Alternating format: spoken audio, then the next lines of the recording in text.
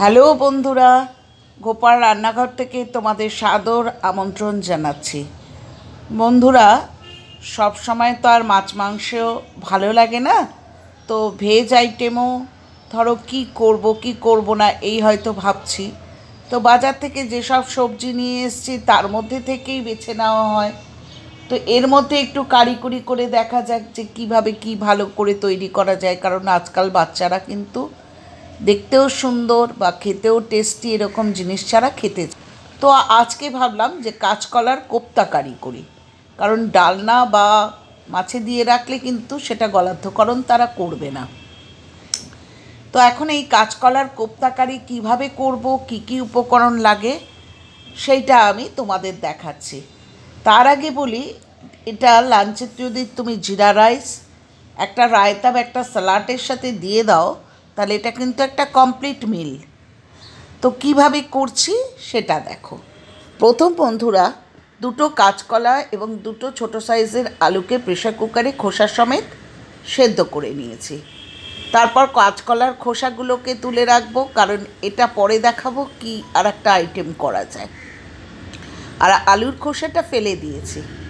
এবার আলু আর কাঁচকলাটাকে হাতের সাহায্যেই কিন্তু খুব ভালো করে ম্যাশ করে নিচ্ছে। তারপর দেখো, এই কোপ্তাটা বানানোর জন্যে কেউ কেউ হয়তো পেঁয়াজ ব্যবহার করেন, আবার কেউ কেউ হয়তো পেঁয়াজ ব্যবহার করেন না। তবে আমি কোপ্তাটার ক্ষেত্রে কিন্তু পেঁয়াজ ব্যবহার করব। তো ভালো করে এই কাঁচকলা এবং আলুটাকে ম্যাশ করার পর দেখুন, এর মধ্যে আমি কিন্তু দুটো মিডিয়াম সাইজের পেঁয়াজ কুচিয়ে কিন্তু দিয়ে দিলাম।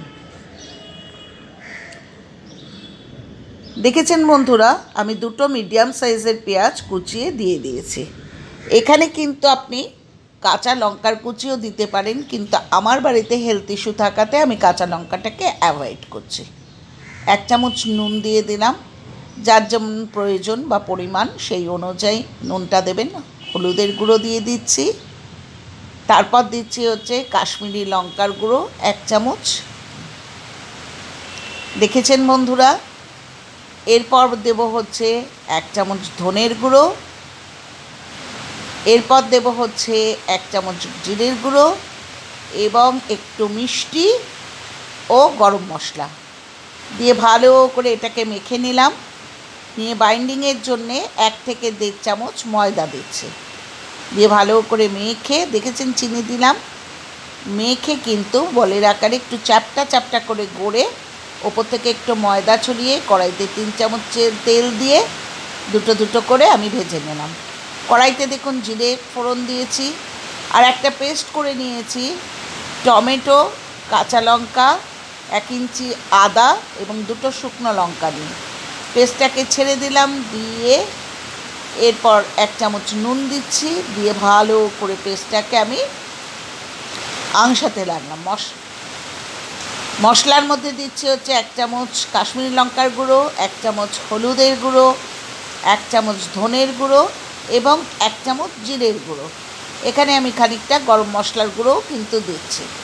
ঠিক আছে বন্ধুরা, এরপর এটাকে খুব ভালো করে মশলাটাকে আংশে নেবেন, অর্থাৎ ভালো করে কষে নেবেন।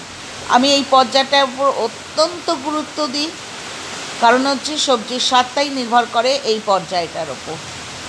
এরপর খানিকটা গরম জল দিয়ে আবার আংশাতে লাগলেন।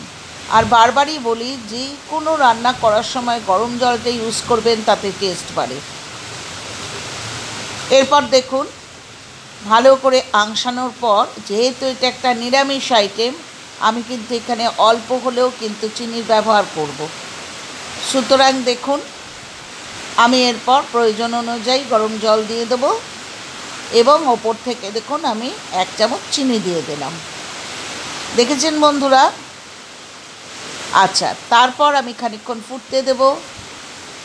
আচ্ছা, প্রচুর জল ঢেলে দেবেন না, তাতে কিন্তু স্বাদ হয় না।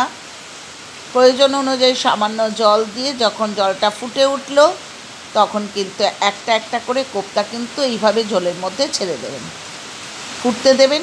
ঝোলটা যখন ঘন হয়ে গেল, ওপর থেকে ঘি এবং গরম মশলা গুঁড়ো দিয়ে, আমি কিন্তু যেহেতু নিরামিষ পদ, ওপরে ঘিও ব্যবহার করেছি, দেখুন গরম মশলাও ব্যবহার করেছি, এইভাবে পরিবেশন করে। দেখুন কি সুন্দর দেখতে হয়েছে, খেতেও সেই রকমই সুন্দর হয়েছে। এটা আপনি রুটি, লুচি, পরোটা যে কোনো আইটেমের সাথে খেতে পারেন, আবার স্টিম রাইসের সাথেও খেতে পারেন, আবার ফ্রাইড রাইস বা জিরা রাইস এগুলোর সাথে একটু রায়তা বা স্যালাড করে নিলে কিন্তু একটা কমপ্লিট মিল। ভালোভাবে খেতে পারবেন, বাচ্চারা খুব খুশি হয়ে যাবে। এবার আসি কাজের কথায়। পুরনো বন্ধুরা, তোমাদের কাছে আমি কৃতজ্ঞ, তোমরা যেভাবে আমাকে সাপোর্ট করছো, আমি গ্রেটফুল টু ইউ। আর নতুন বন্ধুরা, তোমাদের বলবো পাশে থাকা বেল আইকনটা প্রেস করে আমার চ্যানেলটাকে সাবস্ক্রাইব করো, লাইক করো, কমেন্ট করো, শেয়ার করো। বারবার বলছি বন্ধুরা, পুরো ভিডিওটা কিন্তু ওয়াচ করো, নাহলে তোমার চ্যানেলের ক্ষতি হচ্ছে, আমার চ্যানেলের ক্ষতি।